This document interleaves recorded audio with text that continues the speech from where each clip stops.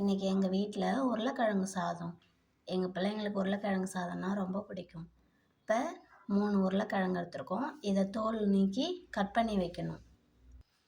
இது மாதிரி உருளைக்கிழங்கை கட் பண்ணி வச்சுட்டு 3 பல் பூண்டு பல் கட் பண்ணி 3 ஸ்பூன் எண்ணெய், கொஞ்சனா கடுகு பொரிஞ்சதும் நம்ம பூண்டை இடித்து வச்சுருக்கோம். அந்த பூண்டை கடுகு பொரிஞ்சதும் பூண்டை போடுறோம். பூண்டு நல்லா வதங்கினதும் கொஞ்சனா பெருங்காயத்தூள் போடுறோம்.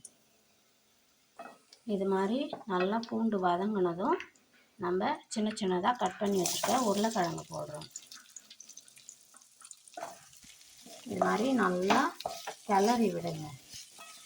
கிளறி விட்டுட்டு அடுப்பை சிம்மில் வச்சுருங்க. எண்ணெயிலே வதங்கணும், தண்ணி ஊற்றக்கூடாது. கொஞ்சனா மஞ்சத்தூள் போட்டு நல்லா கிளறினதுக்கப்புறம் கொஞ்சனா சால்ட், உப்பு, காரத்துக்கு ஏற்ற உங்களுக்கு மிளகாத்தூள், வீட்டில் அரைச்ச மிளகாத்தூள் போட்டு நல்லா கிளறிக்கிங்க.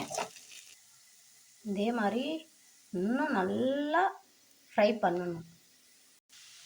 இது மாதிரி 10 நிமிஷம் வதக்குனிங்கன்னா இது மாதிரி எண்ணெய் தெரியும். தெரிஞ்சதுக்கப்புறம் இதில் சூடான சாப்பாடு போட்டு தேவையான அளவு உப்பு போட்டு நம்ம கிளறி பிள்ளைங்களுக்கு கொடுத்தா நம்மளுக்கு ஃப்ரைட் ரைஸ் சாப்பிட்ற மாதிரியே ஒரு ஃபீல் இருக்கும். நீங்கள் சாப்பிட்டு பாருங்கள், நல்லாயிருக்கும்.